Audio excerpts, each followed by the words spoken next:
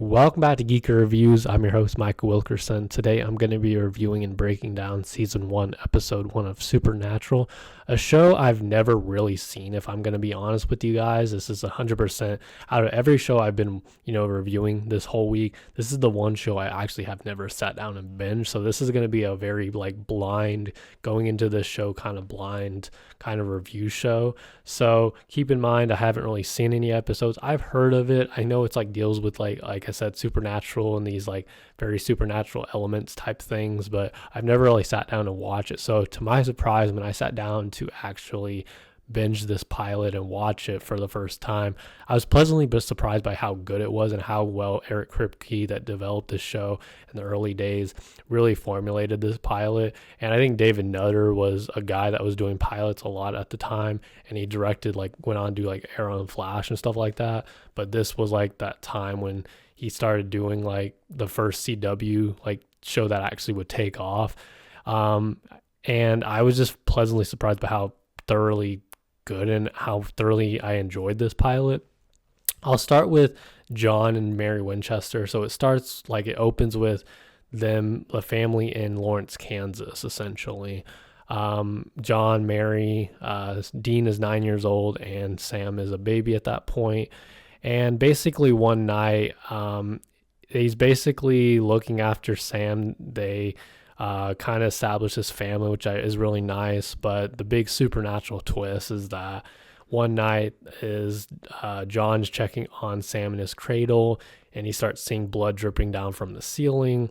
And this we see Mary suspended just up to the ceiling and burning up in flames. And I thought this was a very nice kind of way to introduce them and giving a conflict that was worth noted for. I think it gives John a solid narrative standpoints, because a lot of this pilot and what they're setting up is that a lot of his motivation is trying to figure out what happened to his wife that night. And even I was sitting there what is happening? Why is this girl and this wife of his suspended on the ceiling and burning up in the flames and causing his whole house to go up in flames? I really like the real small touch they give in this opening, which is John telling basically Dean to look after Sam, not only necessarily for to get out of the fire and have him run and get out of it and protect him at all costs, but it basically sets up that Dean is the character that's going to be looking after Sam this whole show, essentially. And I kind of like that, and even this pilot as well. But we flash forward to the present day. I believe Sam is now in college. I don't know if it's Stanford or not, but it's some sort of college that he goes to. And he's essentially is doing really well. He's about to have an interview to do, or he's about to go to do an interview on this law school place, and kind of landing his future, essentially. And I thought that was really good for Sam to be brought into this world like that. But Dean returns unexpectedly to tell Sam that essentially Dad has been missing for a long time. And I thought this was an interesting way for Dean to come back into the fold. It's implied that Dad's been on a hunting trip for a few days and has never come home. And it made me wonder, has Dean or Sam seen their dad in those prior to those few days that he went missing? Was his dad with both of them, or with Dean at least at that point? They never really explained that, so that was one thing I kind of had an issue with. They never really explained that, but it's kind of to give the sense of his dad's been missing, their dad's been missing, and that's kind of more urgent matter at the situation. But Dean has gone on and kind of followed his dad's footsteps, and he's been hunting down these kind of monsters of the week and being a hunter like his dad. And I like this kind of storyline they give Dean, kind of making a father daughter or father son type situation, which I thought was cool.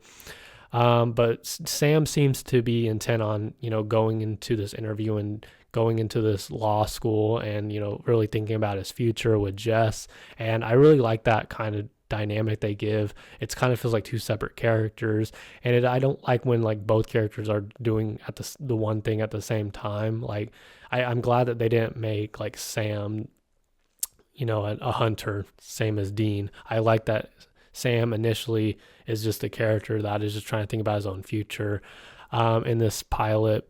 But essentially, this leads to them trying to essentially track down a woman in white. But most notably, they're really trying to figure out what happened to Dad that night and where he's been at. But it basically leads to them trying to track down this woman in white. And it's basically a crazy story that they talk about. It's at first suicide, but it's not really a suicide to her.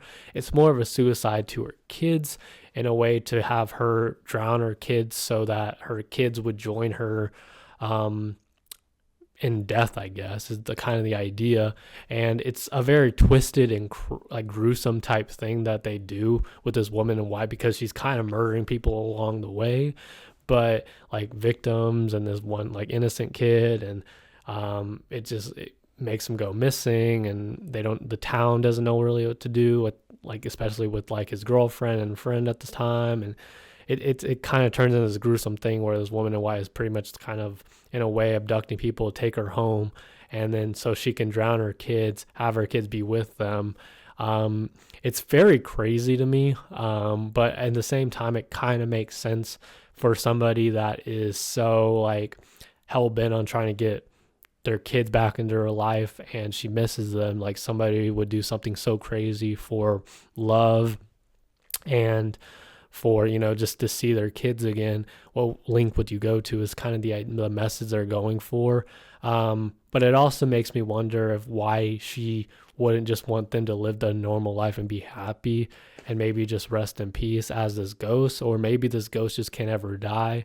It's like I said, it was a crazy situation they brought them into.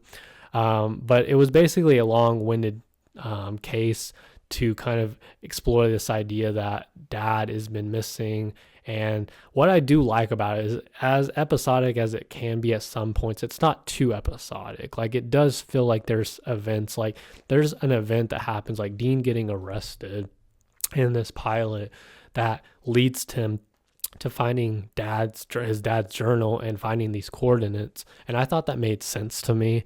And I thought like that added some layering depth to it, to where like Dean, if you think about it, had to get arrested. Not only he was obviously using like fake credit cards, fake IDs, and like committing fraud essentially for other people, credit card fraud, stuff like that.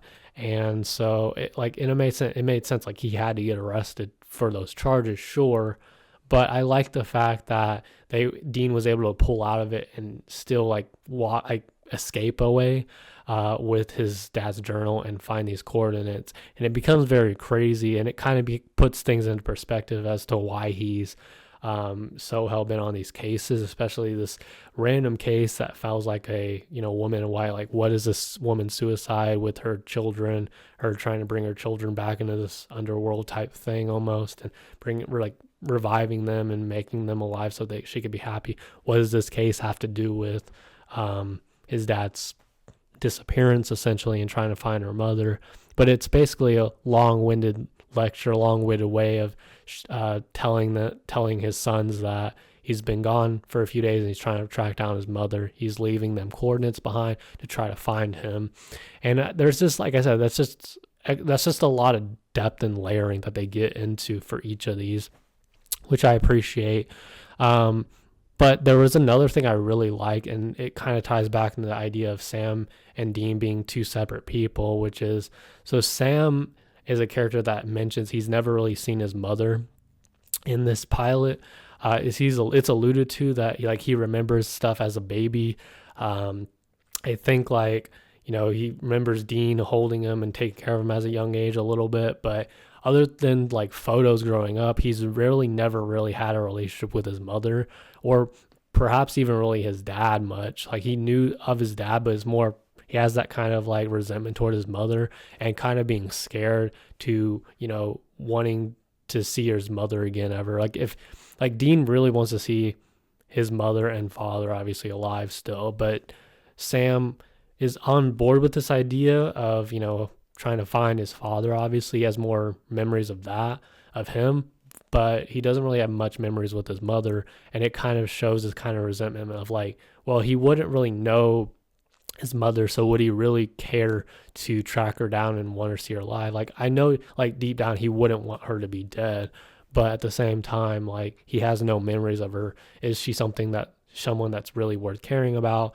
But obviously, like, it's a lesson that I'm guessing he's gonna have to learn throughout this season, is because, like, at the same time, like, if she married someone like his dad, that essentially is like a really good guy and he has some fond memories of, like, he would know deep down that at least Mary was a good person still, regardless of him not really having memories of her, which, like I said, it just added some extra dynamic and depth to it that I think really needed for Sam's character, because I was always wondering how he really felt about his mom or how he really felt about his dad.